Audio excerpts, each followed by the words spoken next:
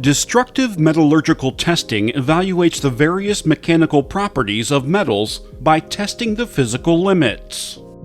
This is typically achieved by indenting, stretching, bending, or breaking a metallic part or sample specimen.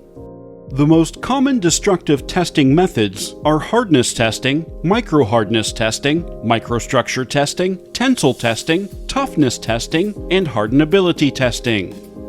Though destructive testing is usually carried out at specialized labs or facilities, some tests are also performed at foundries, machine shops, forge shops, and other facilities.